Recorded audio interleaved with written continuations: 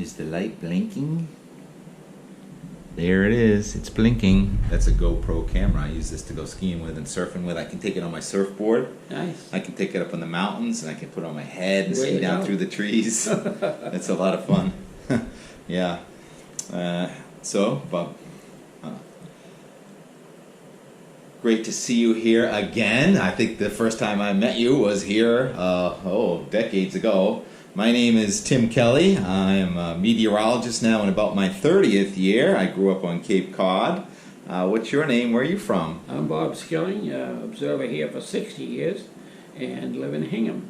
You grew up in Hingham, Massachusetts? All my life, in the same location, same house, and a weather observer there since 1960 for the Weather Service. Wow. So, I would assume you were a very young man when you started looking at the weather. I really started when I was about 12 years old. And when I was 15, I started keeping records at my house on my own.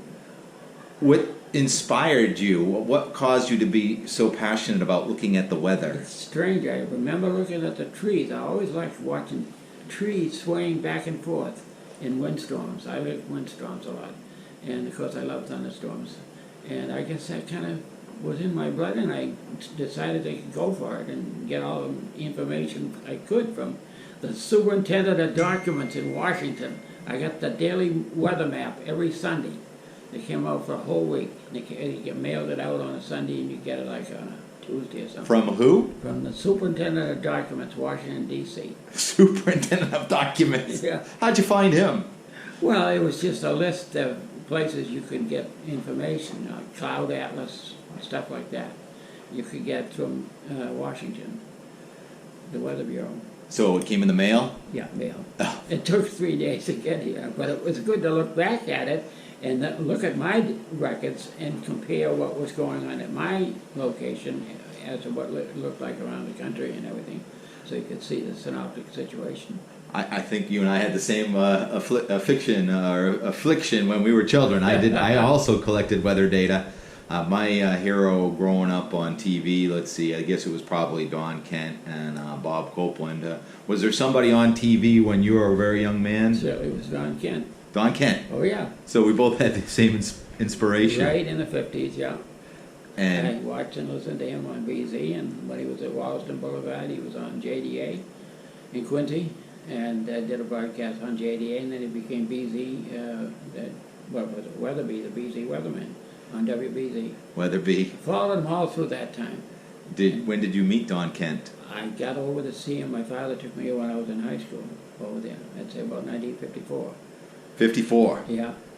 And did you guys remain friends for the rest of Don's life? Yeah. He not as much as I would have liked, but, you know, 19, he was there. 1954. So you said you started taking records in 53 53, yeah, I'd already been doing a year.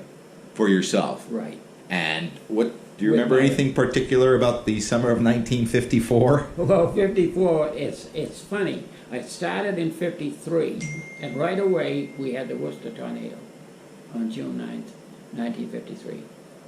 I heard that things were landing in Hingham that were picked up in Fitchburg. They were coming from Worcester, and they were flying through the air. There was a lot of fiberglass coming down in my yard. I thought it was from up the street. My father said, "Look, at oak leaves are flying overhead." I said, "Oh, there must be a big wind with this storm up in East Weymouth somewhere." No, it was coming from Worcester. And I got an envelope in the airmail from Fale Street in Worcester, frozen in ice, landing in my yard. I still have that envelope. And it was actually airmail, an airmail envelope. It landed in my yard.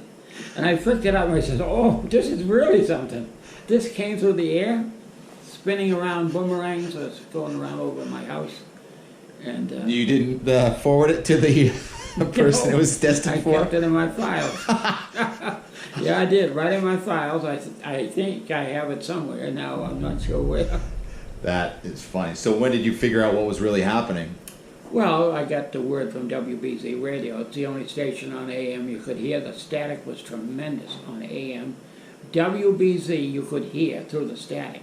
No other stations. There was so much static from the lightning. Did the tornado, was there a thunderstorm at your house too? Distant. It was Distant. raining lightly, and there was rumbling in the overhead, but nothing close. Worcester tornado, your first year of record keeping. So Right. you have that right in your first. That's the first year. Now, second year was 54. Quite interesting because we had 2 hurricanes within 2 weeks. We had Carol, which I observed and kept records of, and then Edna, 2 weeks later on the 11th of September, 54. Carol was on the 31st of August, and Edna was on the 11th of September, and I have records of both of them. Back-to-back hurricanes. Yeah. Has that ever happened before Never or since? happened like that, no. Never had. 54 is an interesting year. Maybe back in the colonial days or something like that, but nothing in modern records.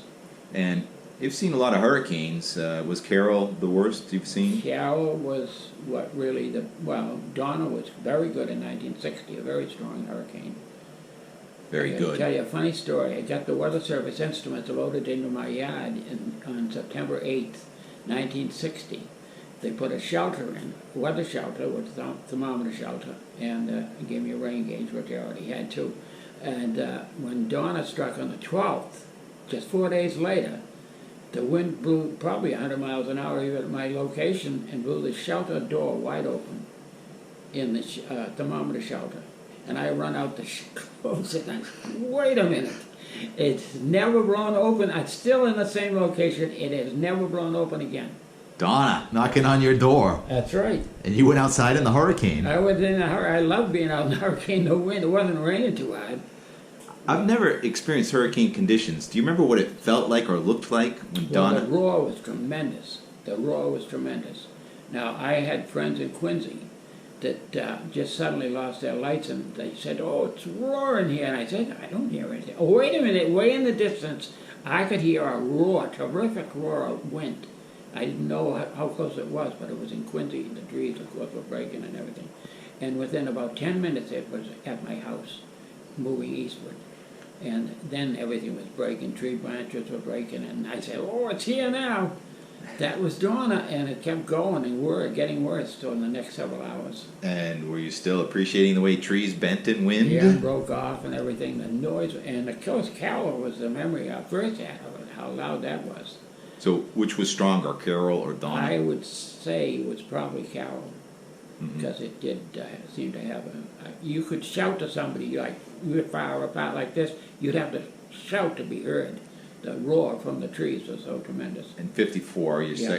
second Yeah. year. And how old were you at that point?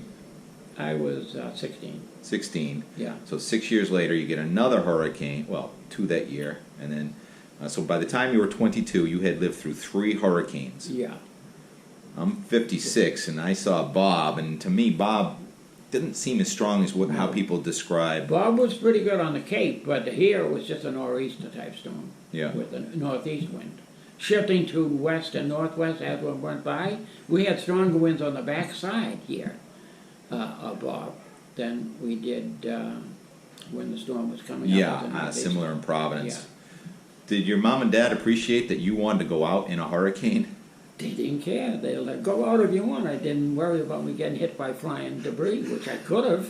That's one of the worst things you can be hit by, tree limbs or something. But I was fortunate, too anxious to be out there. Did your mom and dad have anything to do with you becoming a weather observer, or was it just by chance? Well, my father said I should go to MIT and become a meteorologist. And at that time, there was undergraduate meteorology, like Bob Coburn studied at MIT. Undergraduate, I believe. But by the time I got there in 57 or 8, I think it had moved out of it did graduate meteorology there. So I went to prep school. I couldn't get algebra up over a C, and it never could, even with prep school. So I said, nope, go to journalism in Northeastern, and I went to Northeastern for journalism. So did you have another career besides weather observing? Not really, no.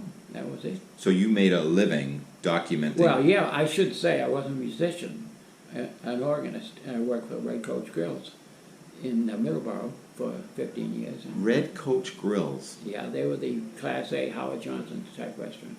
And you played the organ, so people were dancing to your music? No dancing, it was just background music for after dinner and dinner. At 5 p.m. to 10 p.m. at night, 5 days a week. So and then they'll go to Blue Hill the next day to be an observer here. Music and meteorology. Yeah, it was a week combined, the two of them. That is outstanding. Yeah. So How do you become a professional weather observer? Is there a school? How does that happen? that is OJT, on-the-job training. I had a good person to train me here in '60. Who? It was Bob Damaris from the Weather Service, Weather Bureau in those days. Bob Damaris was here when I landed here in 1960, September, and October, I should say, after Donner had come and gone. And he taught me until about, I'd say, January of '61 or '2. And then I took enough, and now he had another regular observer here that took over, and he taught me more. And just kept learning about it here. Did Bob work here for the Weather Service? Did the Weather Service have an observer Damaris here? worked here. He was an observer. He lived in Uxbridge. So the National Weather Service manned this They manned the observatory. station from, I don't think he was the first one. He was very close to the first observer. '58 was the year that they finally, Harvard decided they didn't want to do the observations anymore. Why? Harvard, they just were going into physics. They were studying air glow from the ionosphere. So there was no need, they said, to do weather observations at Blue Hill. So the history of Blue Hill up until 1958 was all Harvard scientists? All Harvard scientists, yeah. And they were studying the upper atmosphere? Well, no, that started from '58 on. From '58 till '70, they were taking readings from the ionosphere. The Weather Service? No, Harvard. Oh, Harvard. The Weather Service created a position here as an observer in about 1958. And that continued right on, right through now. What, the Weather Service pays our observers here? Ben and Matt? Oh, yeah. It's a Oh. government contract. Oh, I didn't know that. Yeah. So you worked for the National Weather Service at the Blue Hill Observatory. Yeah, I worked here, and I was a co-op observer at my home in Hingham. Two And stations. I did two things for 60 years. The same thing, two places, only a lot more here, of course, than at home. You didn't get paid at home. Didn't get paid, all voluntary. Did your family appreciate that you were so passionate about the weather? They just liked the way I enjoyed it. I mean, it Yeah. was something that they knew I just enjoyed it so much. And are you still writing down the weather? Yeah, I'm typing it now. Typing it It's in? better than writing. I can't write as well. I can make a lot of mistakes typing, but I can back up and go over them and fix it. So you may have the longest records, except for maybe Bob Letzenheiser, who we lost 2 years ago. Bob went up to 103, and he was taking readings right up to close to 100 years old in And- Reading. And so he started at about the same time as you, I think. 56. Ah, so you had him Yeah. by 3 years. Yeah, well, I was unofficial. He was official in '56. I became official in '60. Did you become friends with Bob? Well, that's how I got both jobs, actually. How? I went into Bob's office in the post office building with all my records I'd taken in high school and showed him my observations. And he said, "Oh, wouldn't you like to be a cooperative observer? But we can't do it right now. We have somebody in Cohasset. And so if he quits, I recommend you for the job at Hingham to be a co-op observer," which I got that job when they brought the instruments over to me in September of '60. And then, after I was doing that for a couple of years, or right away, he said, "We need somebody at Blue Hill." So he recommended me for Blue Hill the next month in October. So Bob Letzenheiser helped you get your job.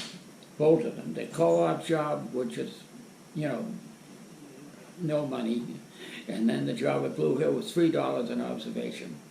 Saturday and Sunday, $3 each. And then I was drafted away in the service after I got this job.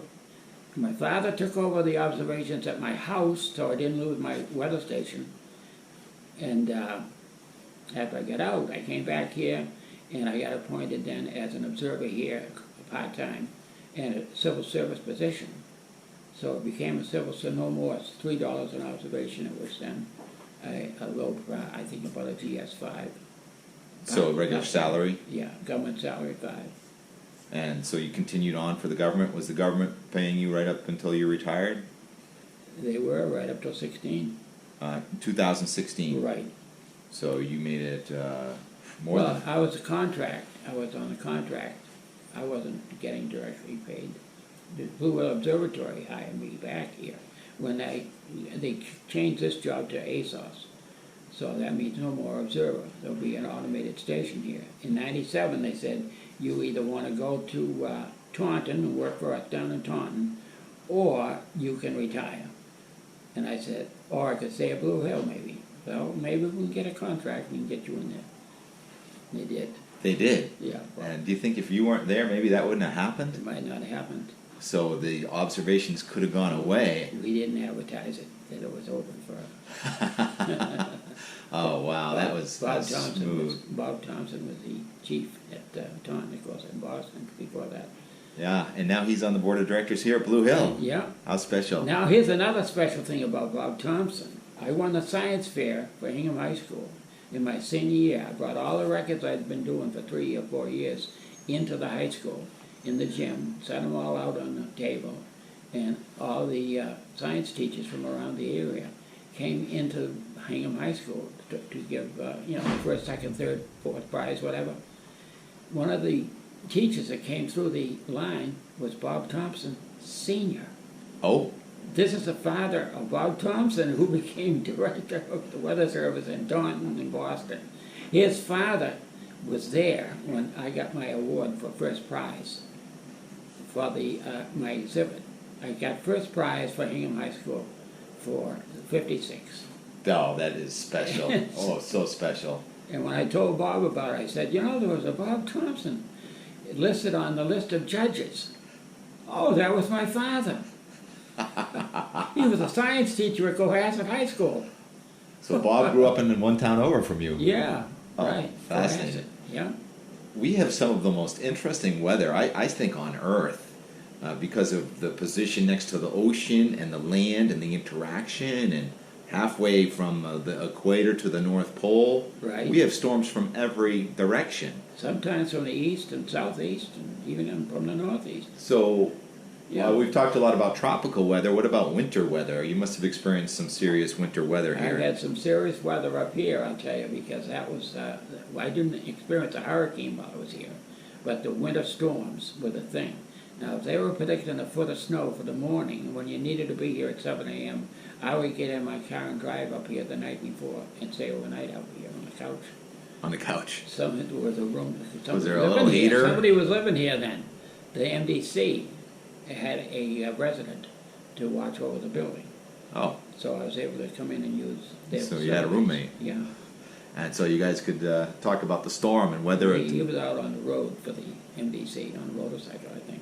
Oh, Yeah, he was a motorcycle rider. in the winter. Yeah, but no, he wasn't interested in the weather at all, but I enjoyed being up here. But getting up here, it's easier if I come up at night, I could walk up through the snow. Walk up. An inch of snow, yeah, leave the car at the bottom. If you know it's going to be that much snow, in those years you don't have a four-wheel drive. You have just rear-wheel drive. If you're lucky, you had snow tires.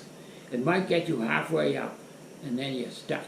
So don't even do that. Just leave it in the parking lot and walk up. Did you walk up the ski trail? I walked up many a time until it got to the point where I didn't like walking up. I was getting too old. I was in Yeah. the 50s. So I went over to the ski area. We have a ski area up here, of course. They had a snowcat, which grooms the slopes in the early morning. I'd go over and say, hey, how about a ride up? Get in, get in. Oh, that's Took nice. me right up over here outside, got out, and got over to my job right here in the observatory. I learned to ski here, maybe you? 1976 or so. Was it always a ski area since you remember? It was a ski area from the 60s, or even the 50s, I think. Did you ever ski? I never took up a skiing, no. So I you would did walk ski. back down in the snow. That was no problem. That Walked was no right problem. down the ski slope. It was almost like skiing. Stay out of the way of the skiers, that's all. That's funny. So tell me about some of the snowstorms. Well, there were snowstorms and there were snowstorms. Some Okay. of them didn't turn out what they were supposed to be, and I was up here. Can't And imagine that. I think the one that was the worst situation was when one came up as a snowstorm and turned over to freezing rain in the night, see? And when it was time to go home, I wasn't here, but I helped out who was here. He stayed overnight, my guy Como. He's still with us here working weekends sometimes, and he's doing theoretical meteorology. He's a He's a- treasure. Yeah, my guy Kono came here at 87, and I trained to be an observer in 87 on Saturdays. Was he a young man? Was he just starting was school? young then, yeah, he was, well, his 20s. Oh, so he was already out of Yeah. college. Oh, he was out. What do you think brought him here, Mike? I don't know. Mike just had a fascination with the weather, and he Yeah. came here, and I started showing him everything, and he said, well, I'll work here Saturdays for you, so he did. Been working Saturdays up until recently, and now he's so involved with his regular job. How many weather nuts do you think you've met up here? Well, I've trained a good many. Eleanor Valaire, for one, who just retired from Taunton. National Weather Service. Yeah. Yeah, She she's used to helping us work out at- this week. She used to work at Providence in the midnight shift and come in here in the morning and fall asleep. I said, Eleanor, go home. You've been on the midnight shift. You can go home to Quincy. That's where she lived. She'd fall asleep in the chair in the office where Charlie is now. Did you know Dick Whalen from Natick, Yeah, I know Hopkinton? the name. I think I met him a few times, but Yeah. he didn't stay here. He just visited. He always used to tell me about a snowstorm in 1969. Yeah, that's probably the one I got stuck in my car and it wouldn't get beyond. I had just rear-wheel drive snow tires. I tried the road. I got stuck at the S-curve down in the halfway up, and I couldn't back up. I couldn't go either way. So got out, started shoveling, and for 4 hours, me and about 3 or 4 passerby shoveled me out to get out of the road and get the car down and go home. I had left. I'd done my job, but I couldn't get back out. 1969? Yeah, I think it was. That Well, it was a storm. That was the one that was in February, 100 hours, supposedly. Probably that one, yeah. And It was. We did have 100 hours here, and we had, I forget how many inches, 50 something, I think. 50. Yeah, So, did you come and go during that storm over the days? I did. I covered the storm, although it may have been partly on the weekend, and if it was, I said, oh, lucky, I don't have to go up there. We got a weekend observer. Well, did you ever get stuck up here for days at a time? That's the worst. That's the story that I wrote about in that email to you. What happened? 1996, okay? It was, I don't remember the exact date, but it was January. 1995, 96. We set a record for the most snow in Yeah. a season that year. And so that was the year that I came up here on a Sunday night, like I would if I was working Monday morning. And I settled in, brought stuff to stay overnight, food and stuff. And Monday, we'd had 19 inches. Now, I had a four-wheel drive sitting out here. It just sat on top of the snow. Couldn't get down the hill. Right. Sat out here.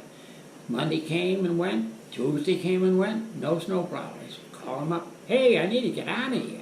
I'm running out of food. I only came up for one night. And the result was they couldn't get the plow up the road. I said, well, how am I going to get out of here? That on Wednesday, they come up with a front-end loader, pushing it, backing up, pushing it, backing up. I could hear it beeping coming up the road. I said, thank goodness I'm going to get out of here.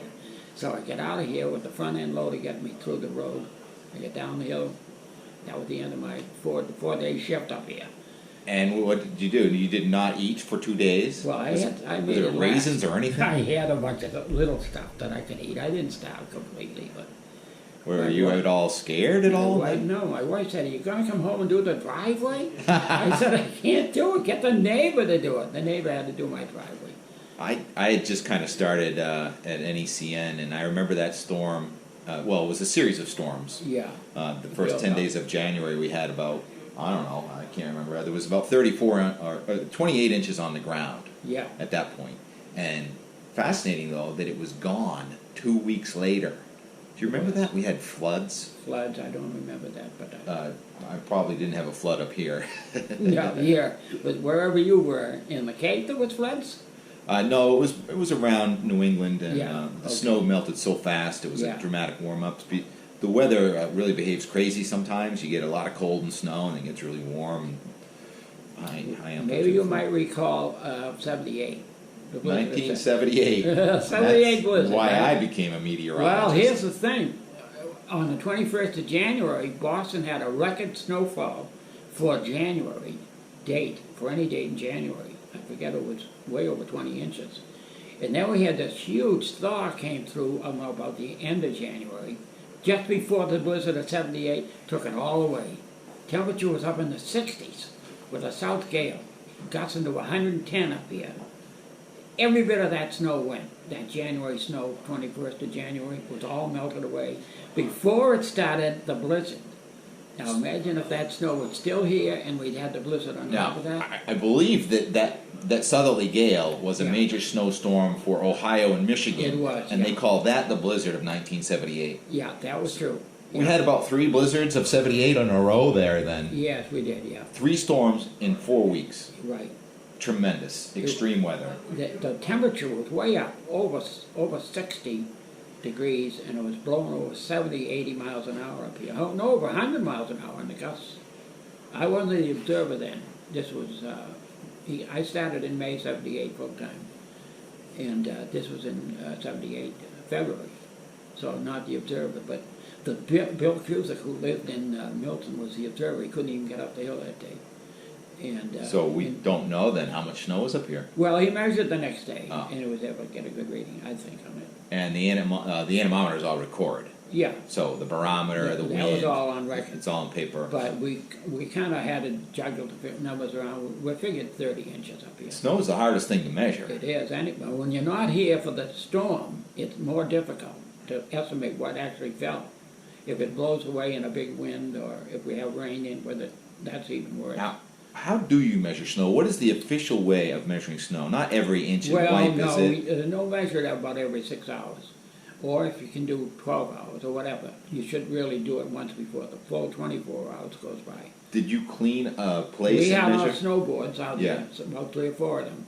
And we cleaned 2 of them off, and the others, we try to get the storm total, Yeah. so it wouldn't blow off. Well, with the other you cleaned off, it'd be blowing off for a while before it would catch.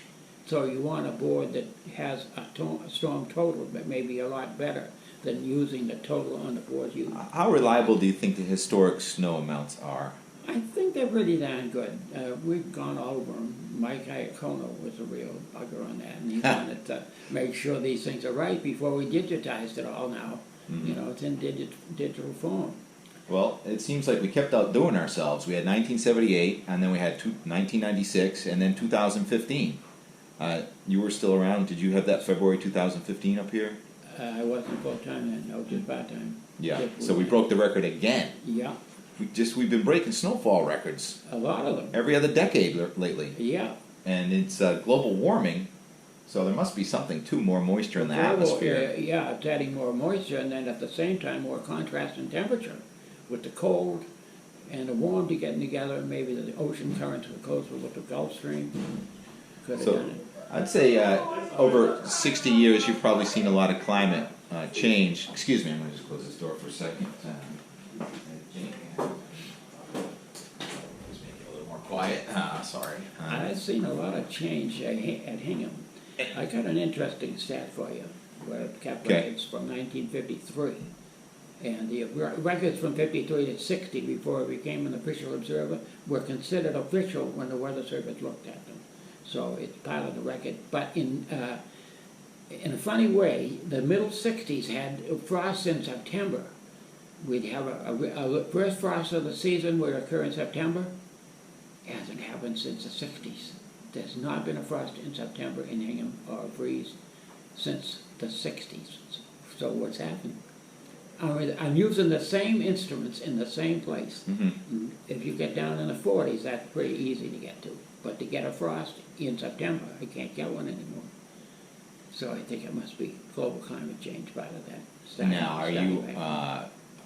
How would you rate your concern about climate change? Are you somewhat Well, I very? wish I could live to see how the whole thing's going to go in 100 years. Yeah, right. Yeah, that's what I'd like to It's see. a long experiment, right? I'd like to look down and see what's happened there. Oh, gee, the ocean has come in and covered. Where's Nantasket? It's gone. Well, I grew up on Cape Cod, and That could be gone too. Cape Cod's only 15,000 years old, Yeah. where Blue Hill is millions of years old. Yeah. So it's so interesting because the glacier came and chopped Blue Hill in half and Yeah. deposited it where Cape Cod is. So it's been radical climate change, and I believe that the weather patterns can last longer. Like a weather change might last longer than a human life scale. The pendulum, how it swings, hot, cold. Yeah. So we are just little we get to measure little portions of the climate and Right. pass it on to the next generation. Well, Blue Hill was thought to thought to be a volcanic eruption, if you remember that, on Channel 7 in 19 whatever it was. From the middle of the Atlantic Ocean? No. A volcano erupted on Blue Hill on April Fool's Day. Oh. You remember that? And the man who Oh. did that lost his job. Oh. You remember that? No. Oh, it was at Channel 7. Not your station now. Channel 7, he lost his job because people were believing this was a volcanic eruption up here. That's funny. Yeah. Just a little sidelight. So you put in a lot of hours up here, and A lot of hours here, a lot of hours at Hingham. well, the weather world appreciates everything you've done for us. Sometimes it's looked at as the most unappreciated type of job because people don't appreciate observations as much as they appreciate a good weather forecast. So Tim, if you make a good forecast, people appreciate you more than me doing weather observations. We couldn't do it without you, that's for sure. We've always respected everybody here. How did you meet Charlie Orloff? How did Charlie Orloff come here? Well, that's an 80s story, 1980s. I was here, of course, doing my thing, and I went down to visit Charlie. Charlie heard about me. He said, could I bring my class up there to take a tour of the Blue Hill Observatory? And he did. He brought a science class from What's that, Matakes School in Merriman? Matakes, yeah. I grew up in Dennis, same DY. Brought the class up here, and I gave him a tour of the observatory.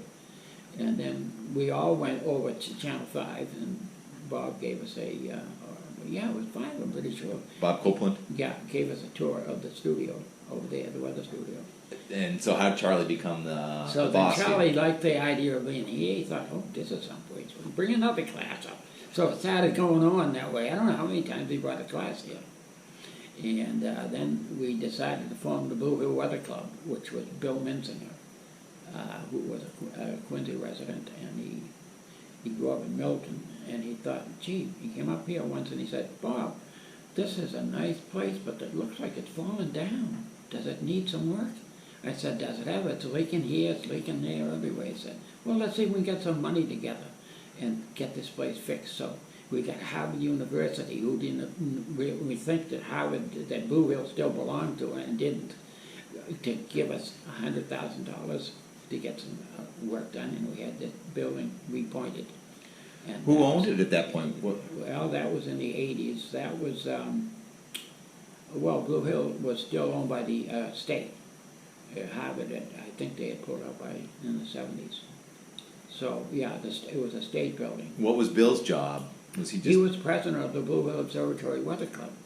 Weather Club? Yeah, So, club. We used to have meetings at Trailside Museum once a month. so you formed that to keep it alive here? Well, we sent out hurricane tracking charts every year and get a lot of members that way. People would send donations in, become a member of this organization. Sounded like a weather club, but it was really a organization, a weather organization based at Blue Hill. How much of a struggle has it been to keep it going? It's been a struggle, and we've been lucky enough to have Charlie, who has worked with the State House and the governor and stuff, to get some state money in here. How long have you known Don McCaslin? When did you meet Don? Don in 20,000. 20,000. 2000. 2000. He was a kite man, of course he is today, and he was flying kites up here, and I said, oh, there goes a kite down in the woods over there. And this guy runs out the front door, he said, I'm going to get that kite. And it was Don. That's how I met him. I said, that's your kite? He says, yeah, that's my kite. Took off, the rope broke, the string broke, but I'll find it. So he took off through the woods. I guess he didn't get it. And then he got Charlie, this was working here, was running this place, and he said, well, why don't you start doing educational tours and all that stuff? That was Don's idea? Don's idea, yeah. Well, Don ran a kite store in Boston, and so he knew kites. Uh-huh. We thought that would be great for the kids to learn how to fly kites here and what they could do. Because we originally had kites here lifting weather instruments back in 1910 or The something. first atmospheric soundings, before right? aeroplanes, they could fly kites. They went up 15,000 feet. And Wow. They took a weather instrument up and measured the weather up there. See, the only other way you could do it was with a balloon. That is fascinating. A lot of history. So as people just show up here and they just don't leave. That's right. There's Don now. The kite man. Star of the kite show. I'm so excited that Bob remembered that Wynn's flight Oh, I had tied it Over up, there. it was anchored, and I had two other guys, two of the dads, arms wrapped around me, pulling me backwards because it was pulling so hard. And That must as have been a Bob big said, kite. the line snapped, it went flying away. I found the kite. It was It was over in a chicken tree, top. 80 feet high, just beyond Walcott Hill. There's still scraps of 80 fabric feet over high. there. Yeah, in a tree. It landed in the I top could of the see it tree. land from here. I'm looking out the east window, Don. Yeah. And then I saw you taking off. And you're another one that just never left. It seems like people come up and they just stay. Yeah. That's right. Oh, I'm telling you. Yeah, John Conover, 1935, with a minor gap in the 60s, and then back from 71 to 2002. Oh, People love it and stay. Yeah. I get tingles right now with the history. Don, thanks for coming in and saying hello. They're watching in the other room on TV right now. Oh, they are. Good. So we're recording this whole I thing. hope they like our show. I hope they like our You know show what I too. like about you? Your big show. The big picture. My big picture? Yeah, I like that.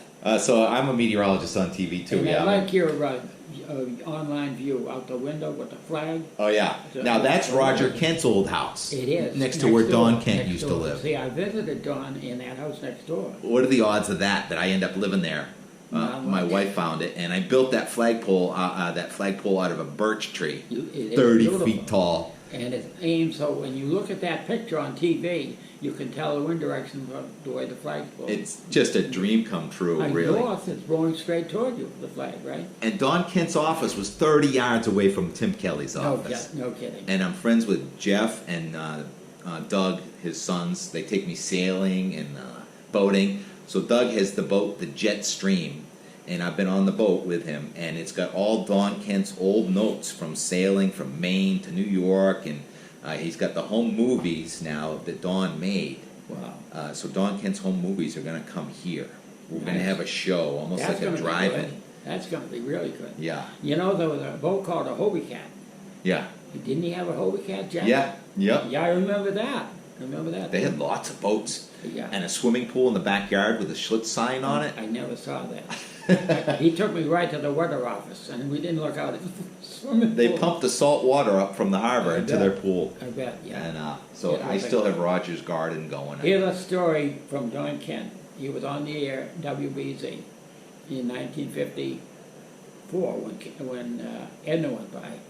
Now, Edna hit the Cape hard, but here we had a northwest wind, but that turned to a 100-mile-an-hour gust here.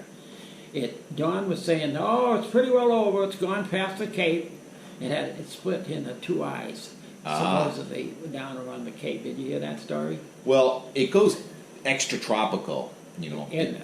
Every hurricane that comes up to New England turns It is into a in the- non-hurricane, and when it does that, it gets bigger. And that's what it did. Yeah. So it spread out, and the winds out of the northwest are just about as strong as Carol for a time at the end. Because at that point, now the jet stream up in the sky with the northwest wind is aligned with the surface wind. And the Okay. same thing happened with Bob Yeah. in Providence. Our strongest winds, I was in Providence, were behind the storm. So that's a common thing. Well, and we had 91 with Bob here. Mike Iacona was here. I can remember him jumping up on the ground, off the ground out here, and his feet were off the ground there, was holding him up in the air. It was gusting close to, well over 80. So what do you feel is the future for this building? How do we keep it going? That's going to be interesting when I'm gone, and Charlie's going. I don't know. Don's got to stay around. Don's got to stay He's around. got to stay around. Somebody's got to be young enough to stay around. I think might be Mike. Well, we've got this new thing we do now where we teach the students, maybe 3 to 6 students every summer, launch your weather career. They're watching in the other room right now. Yeah. So we have a new farm team, or so to speak, and Okay. many of them are becoming professional meteorologists because we're in about our 7th or 8th year. Mm-hmm. So if they're 15 years old when they come here, they're 22, 23 graduating college, and they're professional meteorologists now. So Perhaps we could get one of those to or carry 3, on 4, here in the 5. next 10, 20 years Yeah. and more. So there's Charlie and everybody is doing a lot of work trying to plan for the future, Yeah, oh, that's good. and so You'd like to be able to look down when you're up there and say, oh, gee, it's still going. well, It's not underwater. It looks like an island, though. 635 feet. Yeah, we're up here above the ocean. We got a ways to go, huh? I watch Channel 2 a lot. Last night they had the show on the geology and salt, the oldest rock on Earth, turning to granite. I never knew that. I did not know that either. It turns to granite when it's pushed up, the basalt. Oh, And interesting. it showed the granite on North America and the Laurentian Shield being the oldest part of North America. Yeah. Oh, it was interesting. I couldn't stop watching it. Well, we can go in both directions. We can keep learning about the past, and we can keep pressing and visualizing the future. Right. Well, I'd like to thank you, Bob, for All coming. right. Well, thank you, Tim. Oh, it's such a pleasure. I wish I could stand up Yeah. a little bit, you The, know. the year of the shake. C19, 2020. Yeah. Well, I hope you stay safe. Yeah, thank All you, right. Keith. Bye.